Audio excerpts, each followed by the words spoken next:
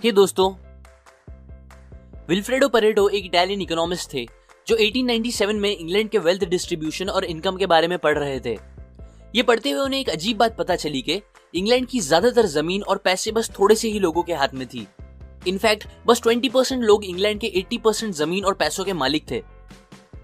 ये सरप्राइजिंग बात पता चलने के बाद उन्होंने इस बारे में और रिसर्च की, तो उन्हें पता चला कि ये प्रिंसिपल ना कि बस दूसरे देशों और दूसरे टाइम में भी सच थी, बल्कि ये बात पैसों को छोड़कर दूसरी चीजों के लिए भी सच थी। जैसे कि उनके खुद के गार्डन में जहां पर 80% मटर बस 20% पॉट से निकल रही थी। और तब ये प्रिंसिपल बना जिसे हम आज परेटो प्रिंसिपल या 80-20 प्रिंसिपल भी कहते हैं, जो कि साइंटिफिकली हर चीज में अप्लाई होता है, including business, studies, relationship, health etcetera. ये प्रिंसिपल कहता है कि आपके 80% रिजल्ट्स जो आपको मिलते हैं वो बस आपके 20% काम की वजह से आते हैं। ये फैक्ट हमारे नॉर्मल सोच से एकदम उल्टी है। मतलब हमें लगता है कि हम जितने एक्शंस लेंगे हमें उतने रिजल्ट्स मिलेंगे, बट सच तो यह है कि हमारे थोड़े सही एक्शंस ही हमें ज्यादातर सही रिजल्ट्स देते हैं। ये प्रिंसिपल आने के बाद बहुत से लोगों ने अलग अलग चीजों पर रिसर्च किया और ऑलमोस्ट हर चीज में इस प्रिंसिपल को काम करता पाया।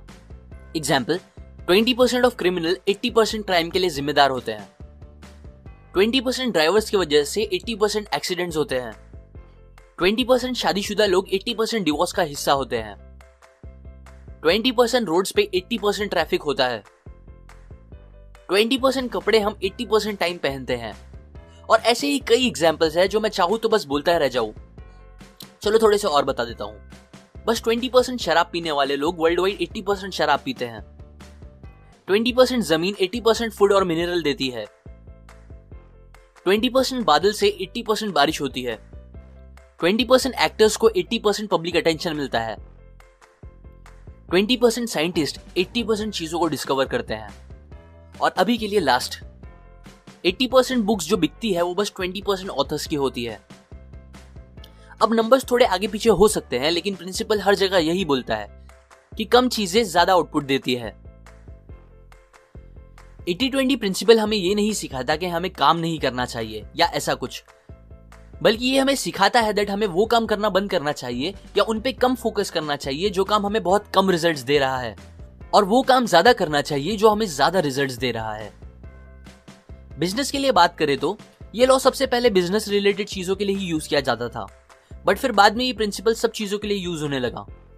स्टार्टअप्स में ज्यादातर लोग ये गलती करते हैं कि वो अपना टाइम, एनर्जी और मनी उन चीजों के लिए ज्यादा यूज कर देते हैं जिन पर स्टार्टिंग में ज्यादा काम करने की इतनी जरूरत नहीं होती, जैसे कि कंपनी का लोगो कैसा होना चाहिए, वेबसाइट का लुक, एक्सेट्रा एक्सेट्रा। ये सब चीजें जरूरी है, पर बस इन चीजों से लोग अट्रैक्ट होकर आपका प्रोडक्ट या सर्विस यूज नहीं करेंगे, और ना ही इन चीजों से आपको रिजल्ट्स मिलेंगे। बल्कि स्टार्टिंग में आपका मेन एम होना चाहिए अपने प्रोडक्ट या सर्विस को अच्छे से और अच्छा बनाना, ताकि वो लोगों की लाइफ और इजी या अच्छी कर सके।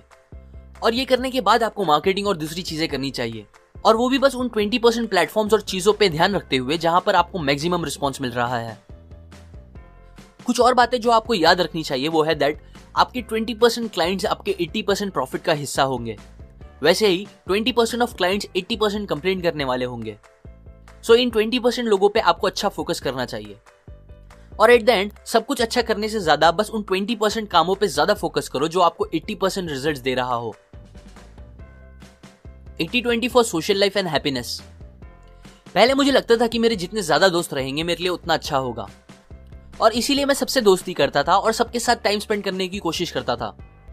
बहुत बार उन लोगों के साथ भी जिनके साथ मुझे कोई खास मजा नहीं आती थी। बट ये करते हुए मुझे रियलाइज हुआ कि ऐसा करके मैं अपना बहुत सा टाइम वेस्ट कर रहा हूं, और बिकॉज ऑफ दिस मैं दूसरी इंपॉर्टेंट चीजें नहीं कर पा रहा जो मुझे करनी चाहिए थी। एक्चुअली हमारा दिमाग ऐसा प्रोग्राम्ड है दैट हमें लगता है ज्यादा मतलब बेहतर, बट ये सच नहीं है। अकॉर्डिंग टू दिस प्रिंसिपल आपकी 80% हैप्पीनेस एंड फुलफिलमेंट बस आपके 20% दोस्तों की वजह से आती है। इसीलिए बहुत सारे ठीक ठाक दोस्त बनाने और उन सबके साथ टाइम स्पेंड करने से बेटर है आप बस उन 20% दोस्तों या लोगों के साथ टाइम स्पेंड करो जो आपको सच में अच्छा फील कराते हैं, और जिनके साथ टाइम स्पेंड करने आपको भी मजा आती है। ये आपका काफी टाइम बचाएगा और दूसरी चीजों पे फोकस करने के लिए।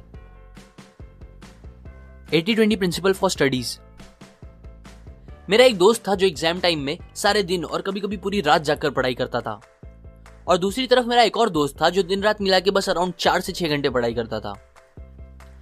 पर जब रिजल्ट्स आते थे तब मेरे दूसरे दोस्त के मार्क्स पहले दोस्त के बराबर या उससे ज्यादा ही रहते थे।